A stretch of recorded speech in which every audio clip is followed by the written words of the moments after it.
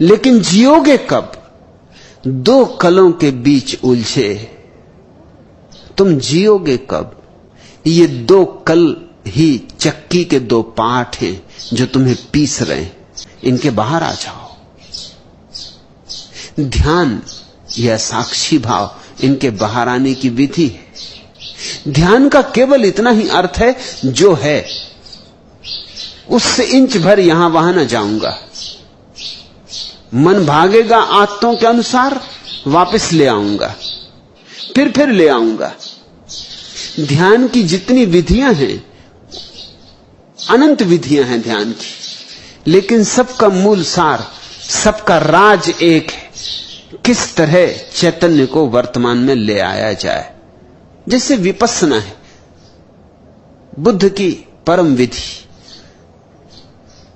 जितने लोग विपस्सना से ज्ञान को उपलब्ध हुए, उतने लोग किसी और विधि से उपलब्ध नहीं हुए, क्योंकि बड़ी सुगम और सरल विधि है। मगर विधि क्या है? विधि सीधी साफ है। श्वास का बाहर आना, श्वास का भीतर जाना, इसे देखो। विपस्सना का अर्थ होता है देखो, अंतर्दृष्टि। बस देखते रहो, साक्षी बने। ये श्वास भीतर गई, ये भीतर पहुंची, ये क्षण भर ठहरी, ये वापस चली, ये बाहर गई, ये बाहर निकल गई, ये क्षण भर बाहर रुकी रही, ये फिर भीतर आने लगी।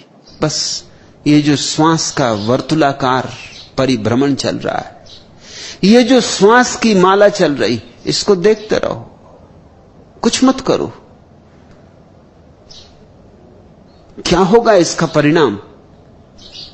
इसका परिणाम कि तुम वर्तमान में जीने की क्षमता को उपलब्ध हो जाओगे। श्वास वर्तमान है। बुद्ध ये नहीं कह रहे हैं जो श्वास जा चुकी उसके संबंध में सोचो, जो अभी आने वाली है उसके संबंध में सोचो। वो कह रहे हैं जो अभी है, भीतर जा रही उसके संबंध में, बाहर जा रही उसके संबंध में। श्वास के साथ ही डोलते रहो। मन भागेगा, मन हजार विचार उठाएगा, तुम चुपचाप उसे फिर वापस ले आना श्वास पर। श्वास तो एक बहाना है, निमित्त है, एक खूंटी। यही सारी और विधियों का सार भी है। सूफी इसे जिक्र कहते हैं, प्रभु स्मरण। हर बार अपने मन को वापस लौटाओ प्रभु स्मरण पर। कोई भी नाम चुन लिया, जैसे राम चुन लिया, मन यहां वहां भागे, राम की खूंटी पर वापस ले आओ। पलटू इसी को सुरति कहते हैं। सारे संतों ने इसे सुरति कहा है। सुरति बुद्ध का ही वचन है, लेकिन बिगड़ते बिगड़ते लोक भाषा में आते आते घिसते घिसते सुरति हो गया। बुद्ध ने तो कहा था स्मृति। स्मरण पूर्वक जियो, होश पूर्वक जियो। जो कर रहे हो उसकी स्मृति बनी रहे, उससे हटो मत। संत कहते हैं सुरति, सूफी कहते हैं जिक्र, कृष्णमूर्ति कहते हैं अवेयरनेस, जागृति। महावीर ने कहा है विवेक, बोध। ये अलग अलग नाम है, मगर बात एक, सार एक, राज एक। अतीत और वर्तमान को जाने दो, वे हैं ही नहीं। तुम छायाओं को पकड़े बैठे हो, और छायाओं के कारण तुम माया में पड़े हो। छाया यानी माया, और दोनों छायाओं के बीच में सत्य मौजूद है। सत्य का द्वार खुला है। प्रभु मंदिर का द्वार वर्तमान में खुला है। वर्तमान में जिस दिन आ जाओगे, आने की प्रक्रिया का नाम ध्यान। आ गए, ठहर गए, उस अवस्था का नाम सन्यास। फिर तुम संसार में ऐसे रह सकोगे जैसे जल में कमल। आज प्रेम चैतन्य निश्चित असंभव सा लगता है, क्योंकि आज तो तुम्हें पता ही नहीं कि वर्तमान होता भी है। उन दो ने, अतीत और भविष्य ने, तुम्हारी सारी चेतना को घेर लिया है। धीरे धीरे वर्तमान के लिए तलाशो, खोजो। जो आज असंभव सा है, कल धीरे धीरे संभव हो जाएगा, एक दिन संभव हो जाएगा।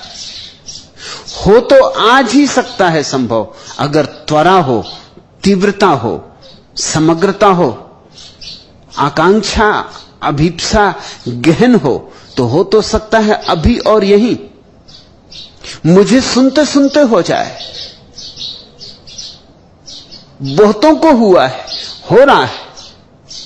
सिर्फ सुनते सुनते धुन बंध जाती, भूल जाते हो कौन हो तुम, भूल जाते हो कल क्या होना है। यही सत्संग का अर्थ है। किसी के साथ बैठ के वर्तमान में हो जाना सत्संग है। धीरे धीरे तोड़ो, जमीन टूटेगी। जलधार को गिरते देखा है चट्टानों पर? चट्टानें बड़ी मजबूत मालूम पड़ती।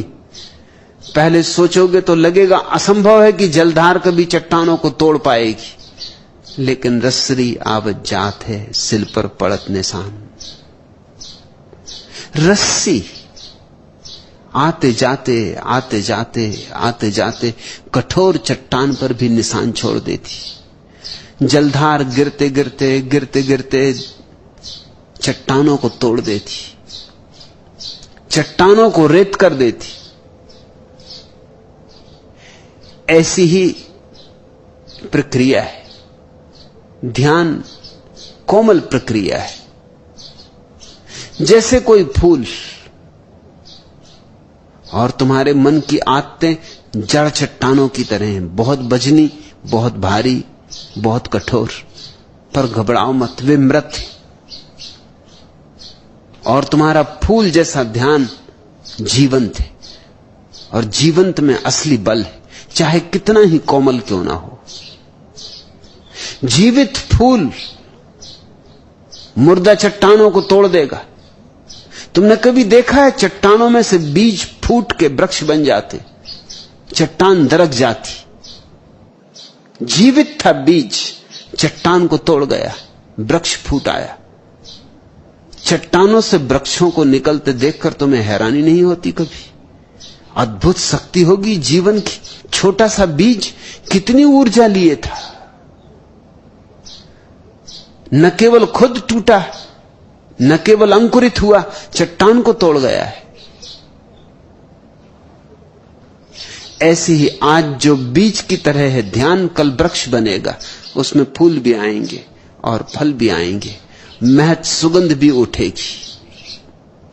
चिंता ना लो। असंभव सा लगता है लेकिन संभव होता है, ऐसा मैं अपने अनुभव से कहता हूं। मुझे भी असंभव सा लगता था।